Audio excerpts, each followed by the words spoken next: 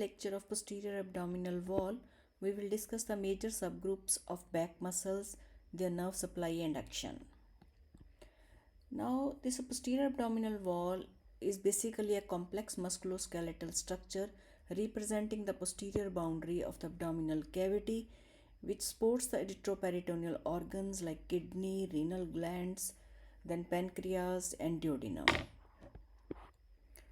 Then it contains an important neurovascular structure, that is aorta, inferior vena cava, and nerves in the form of lumbosacral plexus. Now, if we see the structure of the lumbar vertebra, this is the body of the vertebra, vertebral foramen, then these are the pedicels. So, these are the superior articular processes, this is the transverse process, and these are two laminae of the vertebra which join to form the spinous process. Now, coming to this region, what are the boundaries which are basically forming this region? It is bounded above by the 12th rib and cartilage, you can see here, below by the pelvic brim, midline by the lumbar vertebrae with the intervening discs, and on either side by muscles with their fascia. Now, it includes the muscles with thoracolumbar fascia, then abdominal aorta, IVC, lymph nodes, and nerves in the form of lumbar plexus. Now, we are coming to the discussion of the various muscles which are lying in the posterior abdominal wall, is that is psoas major, psoas minor, quadratus lumborum, and iliacus. Coming to the first muscle, that is psoas major, you can see in the diagram, this is the psoas major. It is a fusiform muscle placed on the sides of lumbar spine along with the pelvic brim. Now, psoas and iliacus, these two muscles, they are together known as the iliopsoas muscle due to their common insertion and action. Now, origin of the psoas major is from the sides of the bodies of the T12 to L4 and from the medial part of the transverse process of the anterior surface of the transverse processes from L1 to L5. So, these are the 2 points from where the psoas major is arising. Now, insertion is in the lesser trochanter of the femur, you can see in this. Now, next is the action of the psoas major is it is powerful flexor of the hip with iliacus. It balances the trunk while sitting. It is the lateral flexor of the trunk and it is the lateral rotator of the hip. The innervation of the psoas major is by the lumbar plexus. The branches are coming from the ventral rami of L1 to L3. Now, coming to this applied aspect of the psoas major, the psoas abscess is a common event which is happening, which can happen in psoas major is it is the accumulation of the pus within the iliopsoas muscle compartment. The classical triad for the psoas abscess, if we judge the basically or try to reach the diagnosis, so what is the classical triad is fever, limp, and back pain. Now, this abscess can be a primary or it may be secondary. It is known as primary psoas abscess when it is caused by the hematogenous or lymphatic spread of a pathogen, and it is known as the secondary psoas abscess which is resulting from the contiguous spread from an adjacent infectious focus. So, most common infectious focus is by the Staphylococcus aureus. It is a bacterium causing this infection. Then tuberculosis related abscesses are seen in region where Mycobacterium tuberculosis is endemic.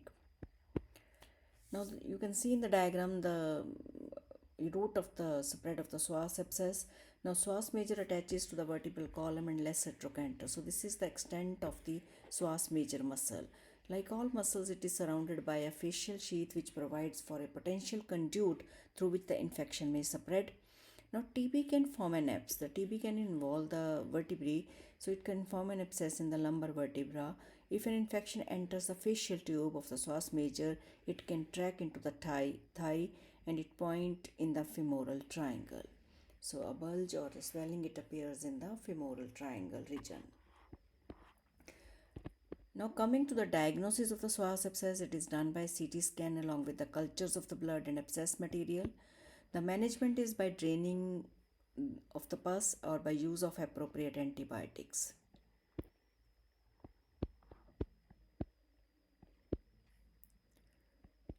Now, psoas minor, it is a small muscle It is absent in about 40% cases. It lies in front of the psoas major. Now origin is from the sides of the body of the T12 to L1. You can see this is the psoas minor muscle. It is short muscle which is rising from the bodies of the T12 to L1. Then insertion is long and flat tendon inserted in the pecten pubis and iliopubic eminence. Innervation is ventral rami of L1 to L3 and action is it is a weak flexor of the trunk.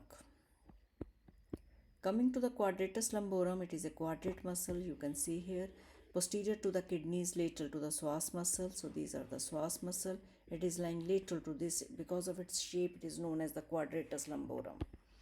Now origin is from the posterior border of the iliac crest. Insertion is into L1 to L4 vertebrae and inferior border of the 12th rib. So it is going like this. So origin is from the iliac crest and going towards the inferior border of the 12th rib, and it is inserted on the L1 to L4 vertebrae. Now innervation of this muscle is by ventral rami of T12 to L1 to L4, and action is stabilizes the 12th rib during inspiration. When pelvis is fixed, it may cause lateral flexion of the vertebral column. Coming to the next muscle, that is iliacus. It is a fan-shaped muscle you can see here that is situated inferiorly on the posterior abdominal wall. It combines with the psoas major muscle to form a iliopsoas, the major flexor of the thigh at the hip joint. Origin is from the surface of the iliac fossa and anterior superior iliac spine. Insertion is the fibers they combine with the tendon of the psoas major muscle and inserting into the lesser trochanter of the femur. Nerve supply is by the femoral nerve from L2 to L4, and action is it is the flexion. It causes the flexion and lateral rotation of the thigh at the hip joint. So this is all about today's lecture of the posterior abdominal wall, in which we have discussed the muscles. In next lectures we will discuss the thoracolumbar fascia and lumbar plexus. Thank you very much.